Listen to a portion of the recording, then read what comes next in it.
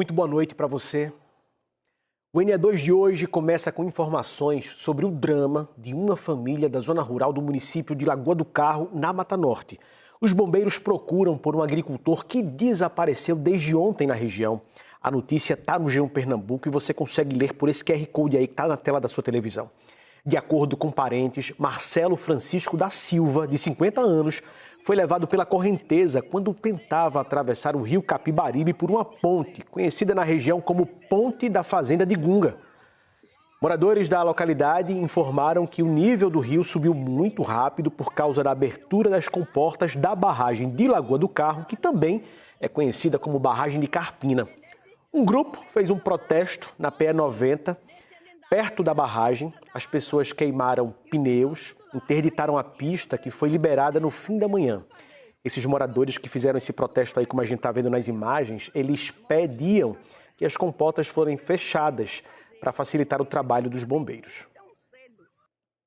E agora à tarde, a irmã do agricultor que está desaparecido contou ao NE2 o que ela ouviu de outros agricultores que estavam com Marcelo na hora em que ele teria sido levado pela correnteza.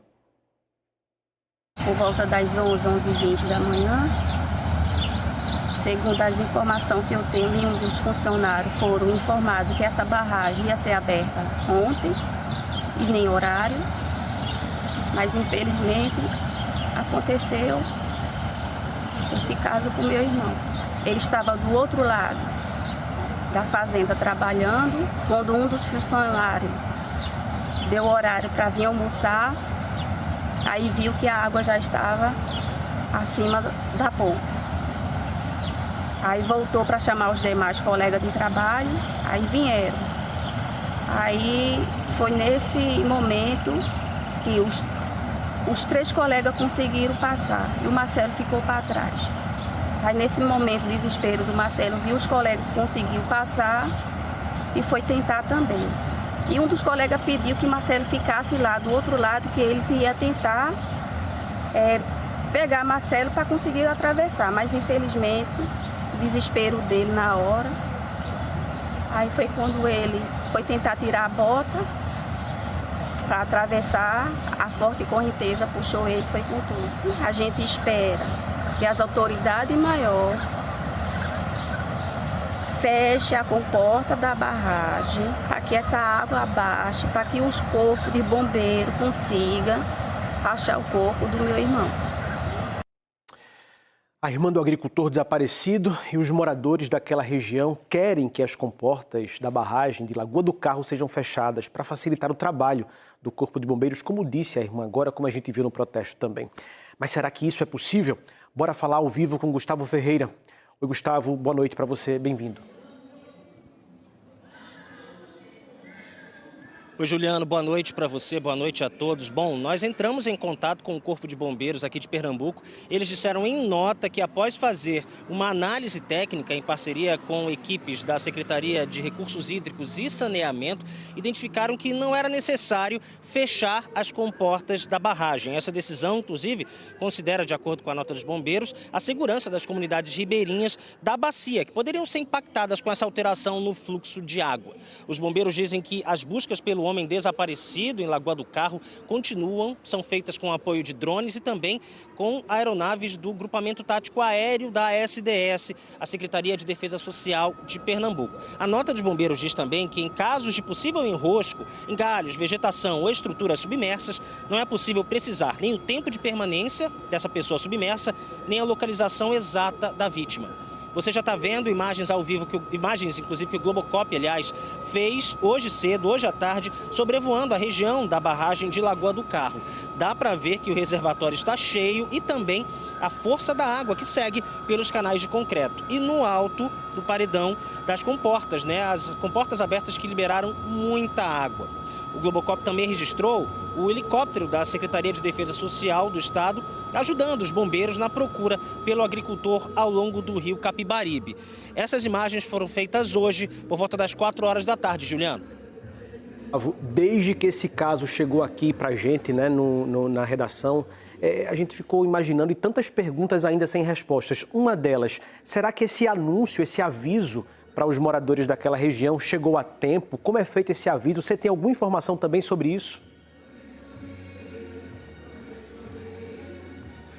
Bom, Juliano, a gente procurou, a nossa produção ao longo de toda a tarde entrou em contato com o governo de Pernambuco e também com a prefeitura de Lagoa do Carro. O secretário de Infraestrutura do município, Nel Amorim, gravou inclusive um vídeo dizendo que tomou conhecimento ontem de um aviso enviado pelo governo. Vamos ver o que ele disse. Eles não mandaram nenhum e-mail, nem o e-mail da infraestrutura, nem o e-mail do gabinete e nem o e-mail também da Defesa Civil. Em momento algum, a Defesa do Estado, a Defesa Civil do Estado de Pernambuco, ele informou ao município oficialmente que iria ter a abertura das comportas. Nesse caso, a nota que o governo mandou à imprensa, dizendo que oficializou os municípios, eu quero dizer que em Lagoa do Carro ele não oficializou.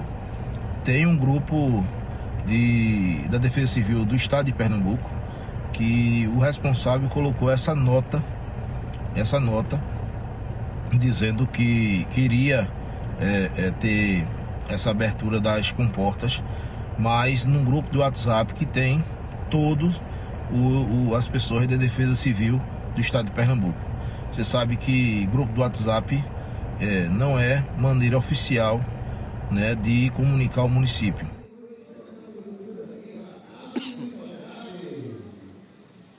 Bom, foi o próprio secretário Nel Amorim que encaminhou à nossa produção o ofício que foi enviado pelo governo do estado. A gente preparou uma arte para que você também veja esse documento, que foi assinado eletronicamente às 3h13 da tarde da quinta-feira, dia 14 de maio, informando que no dia seguinte, ou seja, ontem, dia 15, seria realizada pela Compesa a abertura dessa comporta da barragem de Carpina. O documento também diz que o governo solicitou atenção preventiva das defesas civis municipais em preparar o sistema municipal de proteção e defesa, caso fosse necessário o acionamento. Também mapear áreas de risco, impedindo a ocupação nas áreas situadas nas planícies de inundação e também a realizar ações educativas para orientar a população ribeirinha sobre a possibilidade de um aumento do nível do rio Capibaribe. A Secretaria Executiva de Proteção e Defesa Social aqui de Pernambuco informou que assim que soube dessa abertura, prontamente foi encaminhado um e-mail oficial contendo um ofício aos gestores municipais dos principais municípios cortados pelo rio, alertando sobre essa situação e reforçando a adoção dessas medidas emergenciais. Além disso, as informações também foram amplamente divulgadas, de acordo com o governo do estado, no grupo oficial de WhatsApp dos coordenadores municipais de Defesa Civil e Proteção, para fortalecer essa comunicação e, paralelamente, a Secretaria Executiva realizou uma divulgação por meio do seu perfil oficial em uma rede social, no caso, o Instagram, para ampliar o alcance de divulgação dessas orientações. Juliano, a gente, claro, vai seguir acompanhando os desdobramentos, as buscas por esse agricultor e atualiza, se for possível ainda hoje aqui no NE2 e durante o fim de semana prepara as informações todas para o Bom Dia Pernambuco. Eu volto já. Valeu, Gustavo. Até já, viu, com as informações. E o mês de maio é o mês de visibilidade e também do acolhimento das mães atípicas, aquelas mães de crianças, jovens e adolescentes neurodivergentes, como os autistas, por exemplo. A gente traz orientação para essas famílias e diante da necessidade da gente falar sobre esse assunto, né? A gente vai compartilhar agora o relato de Isa Tavares, que é educadora e é uma mãe atípica. Isa, você tem uma filha de 7 anos, né? Ela tem que tipo de diagnóstico e que tipo de comportamento você percebeu na sua filha que te fez procurar ajuda?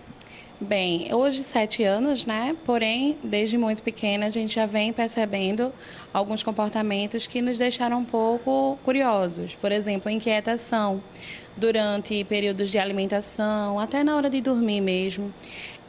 No brincar, né, também.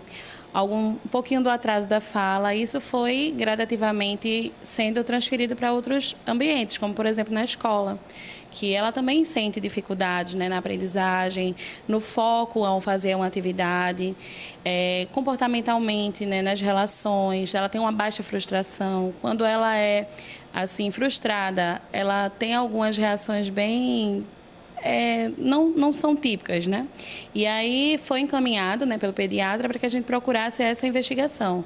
E hoje ela está sendo investigada para o TDAH, que é o transtorno do déficit de atenção e hiperatividade, e também para a TEA, que é o transtorno do espectro autista.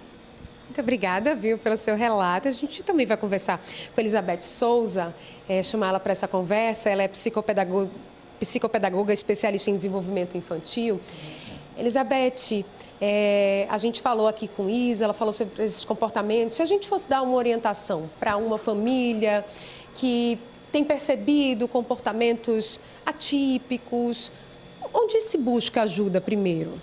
Primeiro a gente vai encaminhar ela para um neuro, ela vai sair de um neuro e o neuro vai trazer para ela toda uma proposta de terapia na necessidade dessa criança. Essa criança precisa de profissionais multidisciplinares que vai ajudar essa criança a desenvolver o papel que ele precisa atuar numa escola, no ambiente escolar, na família. Então, a gente pega a criança com esse nível de suporte, com essa programação que veio do neuro e a gente apresenta as terapias para a família. Essa terapia, a gente começa a fazer esse processo terapêutico de acordo com essa necessidade e vai buscando dar essa evolução. Depois do intervalo, nós vamos mostrar para você como deve ficar o Parque de Dois Irmãos, de acordo com o projeto de uma obra que deve começar na segunda-feira que vem. E ainda os gols dos jogos do Santa Cruz e do Náutico pelo Campeonato Brasileiro. O NE2 volta em instantes.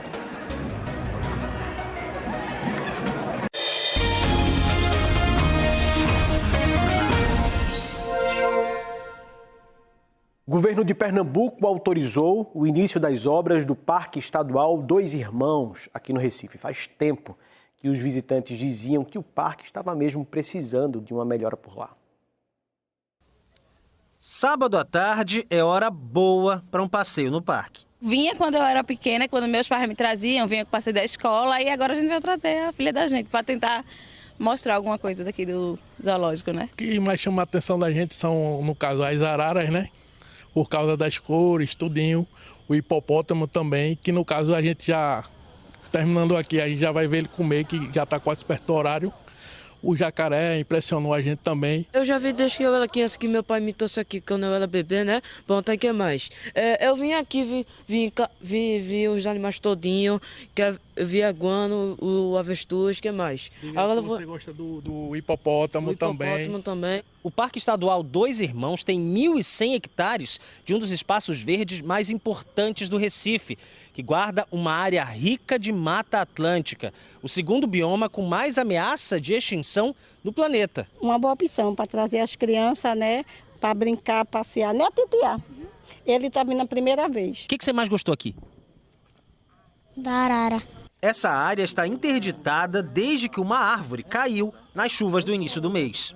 Na segunda-feira, o governo do estado vai começar uma obra de requalificação do Parque Dois Irmãos. As mudanças previstas vão da entrada principal até a criação de novos espaços de convivência, como decks de contemplação dos açudes. O zoológico também deve receber intervenções, como a instalação de um viveiro sensorial e um borboletário. O custo total é de R$ 17.900.000. Nessa primeira etapa, a gente vai fazer uma nova bilheteria e isso não vai impedir a circulação das pessoas no parque, não vai impedir o funcionamento do parque. Uma outra etapa que vai ser isolada vai ser a construção dos novos banheiros. A segunda etapa, ela faz parte onde estão os animais, né, e toda essa funcionalidade do zoológico. Então, ela está em fase de elaboração de orçamento para posteriormente ir para a fase de licitação. No ano passado, mais de 248 mil pessoas visitaram o parque. Os pernambucanos, os visitantes, os turistas vão poder esperar um parque de qualidade, um parque que vai estar de portas abertas e com áreas educativas, áreas de convivência, trabalhando a educação ambiental em cada cantinho desse lugar. Eu lembro que tinha pedalinhos, aí você vê tudo sujo ali, tudo parado. Assim, fazia mais de 20 anos eu acho que eu vim aqui e não esperava estar assim, não. Pelo menos vai começar uma obra, né? E aí, como é que você espera trazer sua filha daqui um tempo, daqui 6 meses, ano que vem, de repente? O que você espera que ela veja aqui? Espero que ela veja mais, né? Um negócio mais estruturado, né? Uma estrutura mais bacana para ela aproveitar, né? E o Recife foi a primeira capital do Brasil a receber o projeto Feiras de Saúde do Ministério da Saúde. O foco é na população negra. e teve ações no bairro de Casa Amarela, na zona norte da capital. Entre cantos, tradição e acolhimento, o terreiro Ileaxel Baxangô, em Casa Amarela, virou espaço de cuidado coletivo. Recife é a primeira cidade do país a receber a feira que une saberes ancestrais das religiões de matriz africana às ações da atenção primária à saúde. Durante todo o dia, a população teve acesso gratuito a serviços como vacinação, testagem rápida para ISTs e hepatites virais, orientações sobre arboviroses e outras atividades educativas. A proposta é aproximar o SUS das comunidades e fortalecer políticas de equidade racial no atendimento em saúde. Tem vacinação, testagem rápida, exame de Hansen, tem também a questão da orientação em higiene bucal e outras diversas ações. Além disso, a gente também tem, por meio da Secretaria de Direitos Humanos, emissão de documentação, a gente tem atividade lúdica infantil. A iniciativa do Ministério da Saúde percorre outras regiões do Brasil ao longo das próximas semanas, reforçando os terreiros como espaços de acolhimento, cuidado e promoção da saúde. Ele tem como objetivo principal a valorização dos saberes ancestrais dentro dos espaços dos terreiros, né? É a acolhida de forma integral dessa saúde para essas pessoas e também o enfrentamento do racismo religioso nesses espaços. Para quem vive e mantém o terreiro, receber o projeto também representa reconhecimento. Pai Luiz de Oiá é o babalorixá que lidera o terreiro Ileaxel Baxangô e preparou uma exposição fotográfica sobre a história da comunidade. É a gente não deixar no esquecimento os nossos ancestrais e antepassados, aqueles que nos trouxeram tudo isso, né, que nos ensinaram, continua ensinando. Minha mãe, né, foi a grande precursora desse terreiro, fundadora. É uma casa matriarcal, sim, foi fundada por uma mulher, Mãe Bia de Xangô, e que até hoje é reverenciada. Futebol agora, pela Série B, o Náutico goleou o Operário em Ponta Grossa, no Paraná. O Operário abriu o placar aos 7 minutos do primeiro tempo, com Pablo. O empate do Náutico veio aos 26 minutos depois desse cruzamento aí de Vinícius para Derek. Ainda no primeiro tempo, outro passe de Vinícius, dessa vez para Reginaldo virar o jogo. Depois de 2 assistências, Vinícius fez o dele no começo do segundo tempo. E teve mais. Paulo Sérgio cruzou na cabeça de Júnior Todinho, 4-1. O Operário ainda descontou com Bosquilha de pênalti. Mas o jogo era do Náutico. Dodô fez esse golaço aí aos 22 minutos.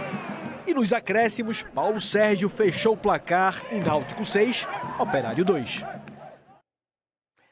E pela Série C, o Santa Cruz venceu Volta Redonda na Arena de Pernambuco. Nós temos os lances. Logo no comecinho do jogo, Pedro Favela fez 1-0 de cabeça. E o segundo gol foi do atacante Marquinhos no segundo tempo. Santa Cruz 2, Volta Redonda 0. Todo mundo comemorando hoje aqui no Recife. Bora voltar a falar ao vivo com Gustavo Ferreira, que agora traz as informações da previsão do tempo para amanhã. Gustavo, o que é que a gente pode esperar, hein?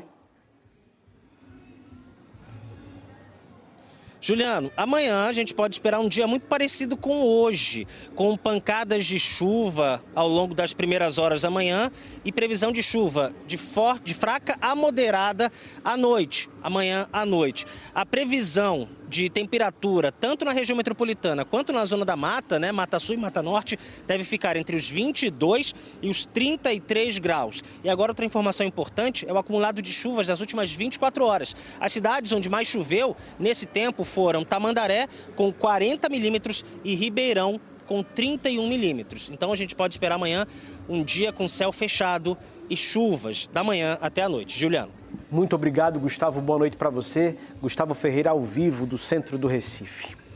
Daqui a pouco tá tudo no Globoplay. Muito obrigado pela sua companhia. O NE2 de hoje fica por aqui. Volta na segunda-feira, depois da novela A Nobreza do Amor. Um abraço e até a próxima.